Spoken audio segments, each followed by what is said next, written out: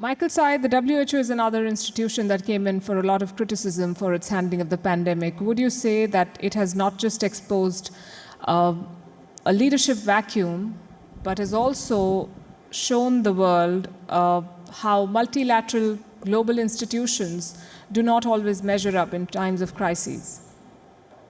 Absolutely. There is a lack of global leadership, particularly on the part of the wealthiest and most scientifically advanced countries to help the less developed countries. And WHO continues to give advice, but its advice was not heeded by President Trump, former President Trump, who wanted to withdraw from WHO. I'm glad that President Biden is re-engaging. But the US, Europe is bracing for a fourth wave. And we can see America, because Americans cannot live with a prolonged lockdown. Of course, it's very hard. We all have lockdown fatigue. The states that are reopening, there is a shot up of cases. So it looks like we will be struggling with containing this pandemic for a long time because of the lack of leadership and discipline on the part of the wealthy countries. This was a question for Michael Tsai, who's with us from Taipei. Michael Tsai, what are your thoughts on how the so-called global leaders and global institutions have responded to this once-in-a-lifetime crisis? Yes, greeting from Taiwan. Love from Taiwan as well. In response to your questions about the multilateral institution fail in this COVID-19, or you may call the Wuhan virus. I beg your pardon. I don't think you should stigmatize this virus by calling it Wuhan. All right. I will depart. I will leave this platform if you use this term again. Fortunately, Taiwan as a nation, it is the most lucky. I am sorry, I have to leave this forum. Taiwan is not a nation. It is a renegade province of the People's Republic of China. The whole point of this conversation is to have everyone put their points across, and I do request Ms. Lau Suk-yee to be with us. Mr. Tsai, please make your point, so go ahead.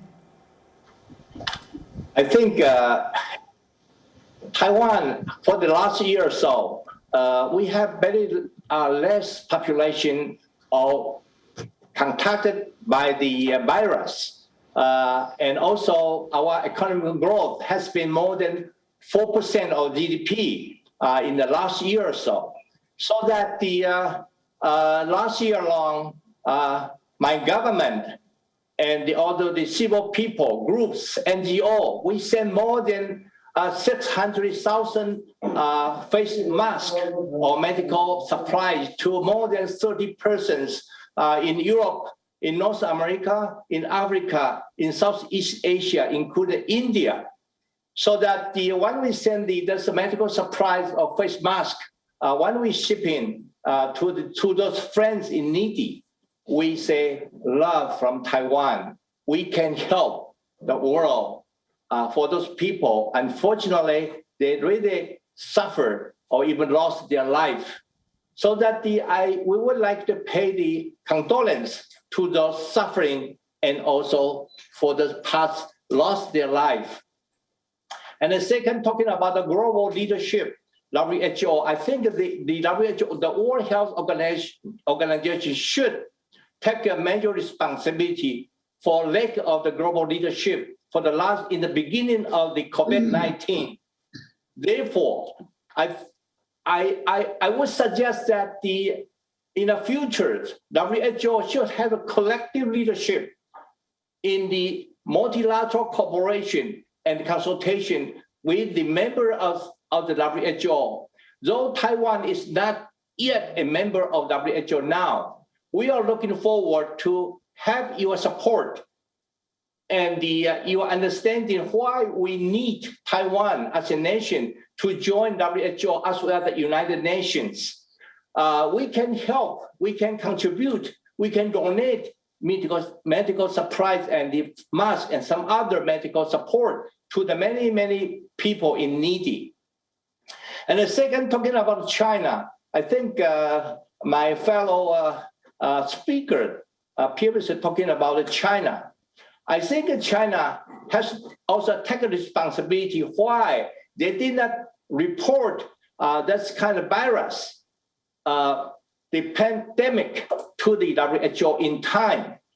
They are delayed this kind of a public health problem to WHO. Therefore, I would suggest that WHO has to do a little bit more in kind of bilateral consultation cooperation instead of Secretary General or WHO and a few people make a decision for this kind of control of the disease and for the health problems.